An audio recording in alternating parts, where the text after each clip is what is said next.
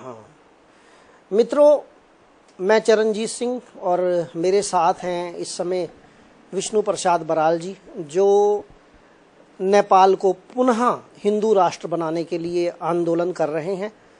हम इनसे जानना चाहेंगे, क्योंकि ये बहुत बड़ा काम है, किसी राष्ट्र का निर्माण करना है और हिंदू राष्ट्र का निर्माण करना है।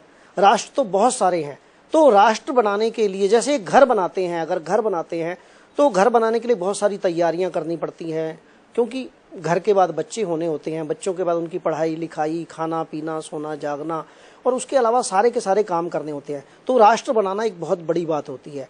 तो इनका विचार जो राष्ट्र बनाने का आया, तो क्या इनमें ऐसी योग्यता है कि एक राष्ट्र बना सकें? आइए हम अपने दर्शकों को ये बताते हैं। बराल साहब नमस्कार। नमस्कार, धन्यवाद। बराल साहब, सबसे पहले हम जानना चाहेंगे, क्योंकि हमारे दर्शक भी जानना चाहेंगे, आप इतना बड़ा एक काम लेकर चलना चाह रहे हैं, जो आप कह रहे हैं बहुत बड़ा काम है। ये इतना बड़ा काम कभी कभी सदियों में होता है और कोई महापुरुष ही कर पाता है। तो आप ये जो कह रहे हैं कि हम एक राष्ट्र बनाएंगे, उससे पहले जनता जानना चाहती है कि आपकी कैपेबिलिटी क्या है। तो सबसे पहले आप बताएं कि आपकी एजुकेशन कहाँ से हुई, कहाँ तक हुई और कहाँ तक आपने एजुकेशन की? नमस्कार, धन्यवाद जो आपने हमको पूछा। इसलिए मैं सबसे पहले मैंने एजुकेशन की है, मैंने नॉर्थ ईस्टर्न सेक्टर से, जहाँ मेघालय स्टेट है, राज्य है, वहाँ से मैंने अपना स्कूलिंग किया। उसके बाद हम कॉलेज किया, हम सिविल इंजीनियर का बीटेक किया। उसके बाद में हम सिविल इंजीनियर के सर्विस करें राज्य सरकार मेघालय में।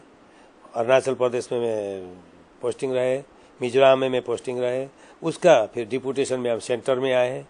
सेंटर में हम ये भवन, जितने भवन है राज्य के भवन इधर दिल्ली में है, उस राज्य के भवन में सर्विस करें। और कौन से भवन में? अब मेघालय भवन में, अरुणाचल भवन में और मिजोरम भवन में। उसके साथ साथ मैं शास्त्री भवन में, मंत्रालय, ministry of sports and youth affairs, युवा खेलकूद एंड युवा मंत्रालय बोल के जाना जाता था। आज की डेट में अलग अलग हो गया, पहला एक ही मंत्रालय था, एचआरडी के साथ। पहला एचआरडी के साथ था, एचआरडी से बाइफरकेटेड होके उसको युवा मंत्रालय, खेलकूद और युवा मंत्रालय राजीव गांधी ने बनाया था। उस टाइम में सीताराम केसरी प्रथम खेलकूद मंत्रालय रहा करता थे। उस टाइम में मैं यहाँ में एक टेक्निकल ऑफिसर के तौर पे काम किया।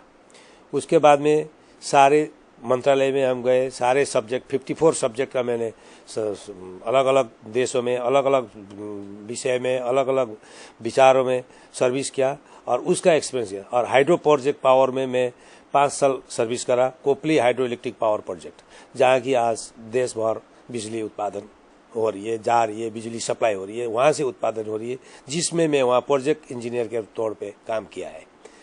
इसके साथ साथ आज जितने एनजीओ है भारतवर्ष में जितने एनजीओ हैं, वो एनजीओ का भी मैं एक विचार विमर्श किया कि आज एनजीओ को टेक्निकल नो हाउ का एक समस्या है। एक इनका भारत राज्य सरकार के साथ जाए, कोई ग्रांट मांगे, कोई कुछ किए तो उनको देने के लिए वो लोग तैयार नहीं है, और कहा जाता है कि ये यही मिलता है भाई, उधर जाओ। इस तरीके से उनको गुमराह करता था। तब मैंने एक विचार हो गया, एनजीओ के सारे सुना, तब मैंने बोला इसको एक समाधान करने के लिए एक फेडरेशन बनाना पड़ेगा। फेडरेशन का माध्यम, फेडरेशन के जरिए हम आगे इनको मदद कर पाएंगे, ये मेरा सोच बैठ गया। उसके बाद में सारे आईएएस, आईपीएस सारे अधिकारी को सलाह मशवरा किया, डिस्कस किया, तो उन्होंने सारे मुझे कहा है कि नहीं, इसका एक न्यू फेडरेशन बनाओ, इसके बाद इसको आगे हम लोग टेकअप करेंगे। उसके बाद फिर इसका कैबिनेट अप्रूवल चाहिए। फेडरेशन ऐसे नहीं बनता है 1950 एक्ट में, और मंत्रालय फूड एंड सिविल मंत्रालय है शास्त्री भवन में, वहाँ से अप्रूवल होना पड़ता है और कैबिनेट अप्रूवल होके तब जाके हमारा ये रजिस्ट्रेशन होता है। उसके लिए हम काफ़ी दौड़ा धूप करके इसको निकाले, रजिस्ट्रेशन कराया। उसके बाद हम लोग ने इसका सारे एनजीओ को इकट्ठा किया, भेला किया, सभा किया। उसके बाद उनको टेक्निकल नो हाउ, कैसा प्रोविजन बनाना है, कैसा इम्प्लीमेंटेशन करना है, कैसा प्लान करना है, कैसा स्ट्रेटेजी करना है, कौन सेक्टर में आप ज़्यादा फोकस करेंगे, कौन सेक्टर ज़्यादा ज़रूरत है आपका एरिया का माध्यम से, आप कौन एरिया में रहते हैं, आपका क्लाइमेटिक कंडीशन कैसा है, और किस तरीके से हम लोग आगे बढ़ पाएंगे। इसमें हम कमेटी बनाया। इसमें हम कमेटी बनाते हुए स्टेट में, हर स्टेट में, एक राज्य में एक फेडरेशन का सचिव बनाया। उन लोग का माध्यम मैंने अपना रिपोर्ट ले लिया। तब जाके जाते जाते आज 72 एनजीओ है डायरेक्ट मेरे साथ में संपर्क में है, और उनको कैसा काम करना है, आगे क्या करना है, क्या नहीं करना है, उसका मैं उनको जानकारी बताता रहता हूँ। इसलिए इसके माध्यम से मैं एनजीओ में आगे बढ़ गया। आज जब ये चल रहा था, चलते चलते हम ये देखा नेपाल में एक हिंदू राष्ट्र था, ये बहुत पुराना हिंदू राष्ट्र है, जमानों से पुरखों से चलते आ रहा था, उसको भी ये इन्होंने आज ये जो नेपाल के सरकार है, नेपाल के राजनीति दल है, सब मिलके इनको खत्म कर दिया और धर्मनिरपेक्ष देखा गया। इस सिलसिला में कोई चुपचाप बैठे। अब 6 महीना से ज़्यादा हल्ला होने लगा तो कॉन्क्रीट तौर पर कोई इसको नहीं कह रहा था कि इसको क्या किया जाए आगे जाके। तब मैंने एक सुझाव लिया, बहुत सारे बुजुर्गों से सुझाव लिया, संत और साधु से सुझाव लिया और हमारा जनता से सुझाव लिया।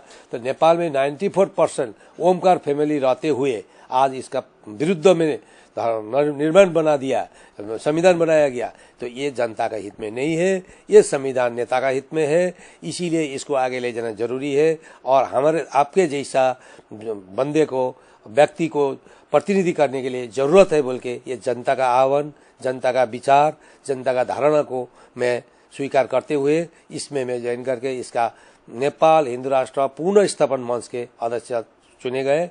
उसके हिसाब से मैं आगे कार्य कर रहा हूँ। इसके साथ साथ मैंने 4-5 कार्यक्रम किया जंतर मंतर में। संविधान भी मैंने इसको, हम लोग जनता ने इसको जला दिया, जनता का स्वीकार नहीं है, जनता ने जलाया, ना कि मैंने जलाया। मैं तो नहीं जला सकता हूँ क्योंकि मैं पर्सनल व्यक्तित्व, मेरा कोई काम नहीं, जनता का काम है, जनता का हित का काम है। तो जनता ने जो कहा मैं वो करता हूँ, इसलिए जनता का हित में वो जलाया गया है। और सारे बड़े बड़े नेताओं का इनका पुतला भी दहन किया गया है क्योंकि इन्होंने धर्म का नाश कर दिया है और जनता का धोखा हुआ है। जो प्रतिनिधि आज जनता से चुने आए हुए वही 94% से, और वही 94% जनता से चुने आए हुए राजनीति नेता आज वही जनता का विरुद्ध में निर्णय लेता है। तो ये सबसे बड़ा धोखा जनता का साथ हुआ है। बराल साहब, सबसे बड़ी बात है आप ये सब करने जा रहे हैं और आपको एक्सपीरियंस भी है, तो कुछ बातें पहले हम उसको, उन बातों को करने